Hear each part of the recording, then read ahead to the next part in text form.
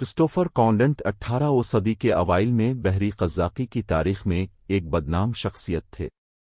پلائی موت، انگلینڈ میں 1690 میں پیدا ہوئے۔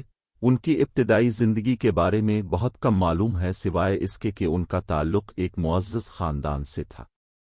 تاہم، کانڈنٹ کا راستہ کنونشن سے ہٹ گیا کیونکہ اس نے خود کو بلند سمندروں کی رغبت اور مہم جوئی اور دولت کے وعدے کی طرف راغب پایا۔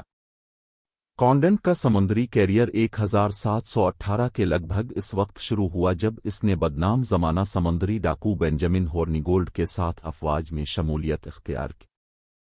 ہارنیگولڈ کے حکم کے تحت کانڈنٹ نے اپنے آپ کو ایک ہنرمند اور بہادر ملا ثابت کیا، اپنے ساتھیوں کی عزت کمائی اور ان لوگوں کے دلوں میں خوف پیدا کر دیا جو اس کے جہاز کا سامنا کرنے کے لیے کافی بدقسمت تھے۔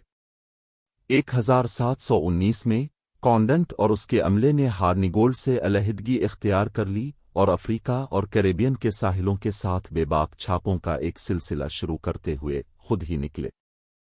ان کا سب سے بدنام کارنامہ برازیل کے ساحل سے دور پانیوں میں ہوا، جہاں انہوں نے سونے، چاندی اور زیورات سمیت خزانے سے لدے ایک پرتگالی جہاز کو پکڑ لیا۔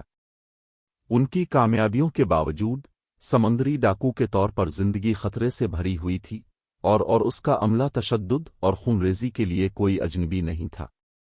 وہ حریف قزاقوں اور بحری جہازوں کے ساتھ متعدد جھڑپوں میں ملوث تھے اور کانڈنٹ خود ایک شدید اور بے رحم مخالف کے طور پر جانا جاتا تھا۔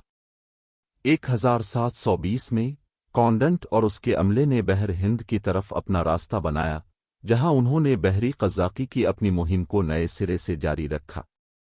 انہوں نے ہندوستان اور جزیرہ نما عرب کے درمیان سفر کرنے والے تجارتی بحری جہازوں کا شکار کیا، ان کے سامان کو لوٹ لیا اور اس عمل میں تھوڑی سی دولت اکٹھی کی۔ تاہم، کانڈنٹ کی قسمت بالآخر اس وقت ختم ہو گئی جب اس کے جہاز فلائنگ ڈریگن کو 1721 میں مڈغاسکر کے ساحل پر ایک برطانوی بحریہ کے دستے نے روک لیا۔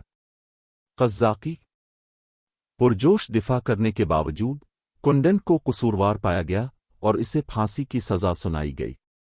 وہ 1721 میں چارلسٹن، ساؤتھ کیرولائنا میں پھانسی کے پھندے پر اپنے انجام کو پہنچا، جس نے تاریخ کے سب سے بدنام قزاقوں میں سے ایک کی زندگی کے قریب لایا۔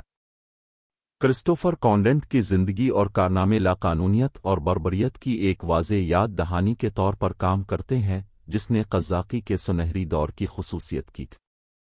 اگرچہ اس کا نام دھندلا پن میں دھندلا ہو سکتا ہے، لیکن اس کا افسانہ سواش بکلنگ بحری قزاق کی رومانوی تصویر کے ساتھ پائیدار دلچسپی کے ثبوت کے طور پر زندہ ہے۔